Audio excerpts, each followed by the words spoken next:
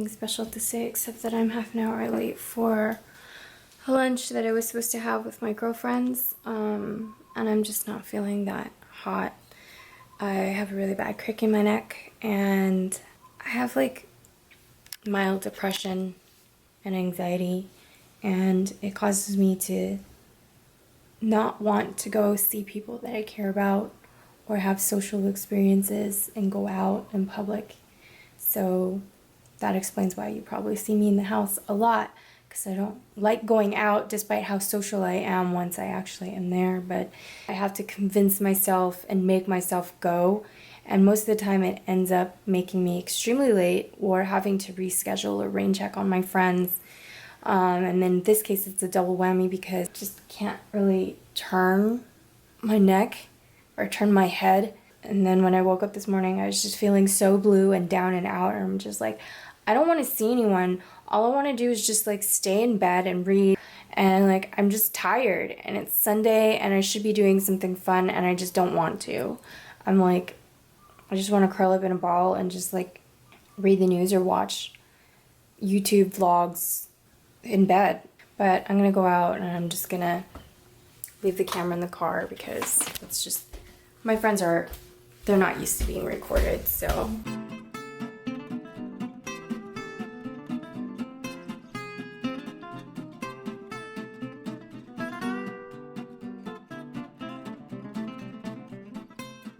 So just said hi to like the cutest little like golden retriever puppy we just saw. So cute. Now I'm going shopping for something, but I can't remember what I needed to buy. Headed out and very late to a lunch with my two girlfriends, V and L. Went to lunch and my car wasn't starting. My neck was hurting and I was just, when the weather changes, I have the tendency to like get a little bit depressed. I have like cyclical clinical depression and I've been able to like beat it, but every now and again I do get the blues. And if you guys have been following Selena Gomez, she suffers from lupus too. I'm in remission, but that doesn't mean that the psychological effects that come with the autoimmune disease are gone. So the physical symptoms of lupus are gone. I don't get flares anymore. I don't get a ton of pain in my joints. And autoimmune diseases affect everyone differently, but the general things with lupus is that you can have like really terrible searing, burning, stabbing, aches and pains in your joints and soft tissues surrounding your joints. For me, my lupus was mainly in my back surrounding an old, really terrible injury that I sustained in 2004, and it also migrated into my sciatic joint, which is in my hips. Women in general store their physiological, emotional stresses in their hips. So if you're a woman and watching this, and chances are you are because this is a female channel, if you ever have really sore hips, start looking into your life and evaluating how much emotional distress and how much stress you are under at that moment. And if you feel like you're holding on to a lot of emotional, spiritual, or mental distress, it may be manifesting itself physically in your hips. So if you feel like you have sore hips or your IT band is really tight, that's that tendon along the sides, the outsides of your thighs. And if you kind of feel like your glutes are really tense and in a lot of pain, for like me, if I'm having a really bad stress day, it'll feel like someone punched me in my ass cheeks. Sometimes, like when I bend down or do squats or I like sit down, I'll feel a lot of pain, and then if I press on my glutes, it'll hurt. So much pain that it would be really hard to sit, to like walk, to get in and out of a car, to sit down at a table, to get up and down. Just the act of like sitting would be so painful, which really stinks because I'm an entrepreneur and I work at my computer a lot. It just became very, very, very painful to like do anything. And the only way that I could get relief would be to like lie down on my bed, obviously, but have like ice packs or heat packs like interchanged and swapped out like every half hour to an hour, and like lying down on an acupressure mat with like spikes would kind of help, or taking a bath, lying down in a bath with Epsom salt, hot water, to like just help relieve the pain. So those are like physical symptoms, but it also comes with chronic fatigue and you get sick easier. Rheumatoid arthritis is very similar to lupus. I can't speak to rheumatoid because Rheumatoid runs in my family, but they don't like to talk about physical ailments. That's just a very Asian thing, so if you're an Asian, you'll probably understand. So they don't like to talk about the emotional distress that you're under, and they may not even be aware that emotional distress and emotional disorders are part and parcel of autoimmune diseases. And women and men who suffer from lupus are prone to depression and anxiety. And so even though my lupus is gone, or it's not gone, but it's in remission, it's under control, it's not active, I still battle anxiety, social anxiety, and depression a lot.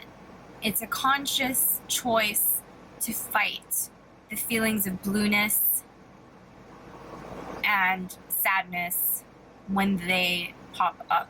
For the most part, I would say I've conquered my clinical depression. I'm not self-diagnosing. I have been diagnosed by multiple specialists. I was on medication for a good 2-3 years of my life. The areas where I'm in a ball crying in my bed and having hot sweats and nightmares and ADD and OCD, those days are gone. I do have occasionally a panic attack now and again when my anxiety surfaces and I can't control it. But for the most part, I've been through therapy off and on for the last 15 years. It has helped so much more than the medication did. I mean, if you're on medication, I would say more power to you. My hope is that you can get to a point where you do not need the medication. The medication can help with the depression, but when you're depressed and you take those medications, they just numb you. So they numb the sadness, but they also numb the other things. When you can be happy, you can be up and just in a good mood, the contentedness, that is numb as well. It just keeps you on an even keel, but when you're that numb and you're that like placated and stuff, it's just very hard to experience happiness. So, you know, that's the flip side of like antidepressants, is that it helps keep the sadness at bay, but it also keeps other emotions at, which is hard to deal with. And you want to feel normal again. People who aren't on antidepressants don't understand why you can't be happy. You're on the antidepressants, you should be happy now, but it's like, that's not how it works. Then I also took anti-anxiety medications, and that helped the anxiety kind of just like calm down a little bit. And that actually helped kind of stem the tide of like the depression as well. Depression and anxiety affects different people in different ways. I think now that the dialogue is more open on YouTube, it's not that everybody is all of a sudden suffering from anxiety and depression more. It's just that we're more open to talk about it because we want to help people. A lot of people say, well, you're just, you know, self-diagnosing, or you're just, you know, you're just having a bad day, so you're just putting a label on it, but it's not. Mental illness or behavioral illness, whatever you want to call it, behavioral disorders, it's a real thing, and it's not just a first world problem.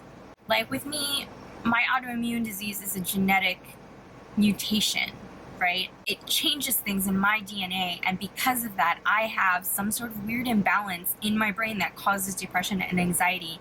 In addition to the way that I was brought up, growing up in a strict Asian Christian household has done incalculable damage to me emotionally, that now that I'm in my mid-30s, it's taken me over 15 years of therapy and medication to get to the point where I'm at, where I am no longer depressed or anxious on a daily basis. But I can still have bad days. So today was kind of like a bad day. I had to like take the first couple of hours of my morning to like just feel it, be in it, lay in my pajamas, curl into a ball, read news, listen to music, watch YouTubers who I admire and love. And after that, I had to like text my husband, who was very encouraging, and he's just like, you need to see your girlfriends, they make you happy. After I had already put on my makeup and clothes and was ready to go out the door, I had to sit there, look in the mirror, and just like make this conscious decision that like, yes, you can walk out the door, you can do this, you can see your friends. And it's a daily struggle if you do suffer from anxiety and or depression. But when you make that decision and you force yourself to do it, you will find that it is much more healing than staying indoors in the dark. But you just have to commit to making that decision and moving forward with that decision. And I'm really glad that I did that today. This is is real, guys. This is real. I'm just being real with you. Probably not that real because I have like these like reflective sunglasses. Thumbs up if you understand what I'm talking about, and maybe we can have a discussion in the comments. I want this to be able to like help one person. Like, I can empathize with it. You know, everybody's journey is different, but if you need help and you want to ask me like how I got to where I am, where I can actually be happy and I'm functioning and I can run my own business and not let the stress of it just like kill me, how I battled my feelings of suicide and wanting to die anytime something bad happens. I'm 34 and a half. I have battled depression since I was a child, but finally started seeking treatment when I went to college my freshman year. My big camera, my Sony, decided to die. If there is even one person who's watching this, but you are going through the throes of social or any kind of anxiety, or if you have clinical depression and it's causing anxiety, because the two do go hand in hand, they don't always both affect a person at the same time. Anyhow, I have had both, but if you are going through something and it's hard to function and it's really messing with your quality of life and you don't know what to do and you feel like you resonate with what I'm saying and you want to know how I was able to beat it, message me. It's on my About page on YouTube. There's a direct message button there. You can get through this. Working through something is always better than the alternative.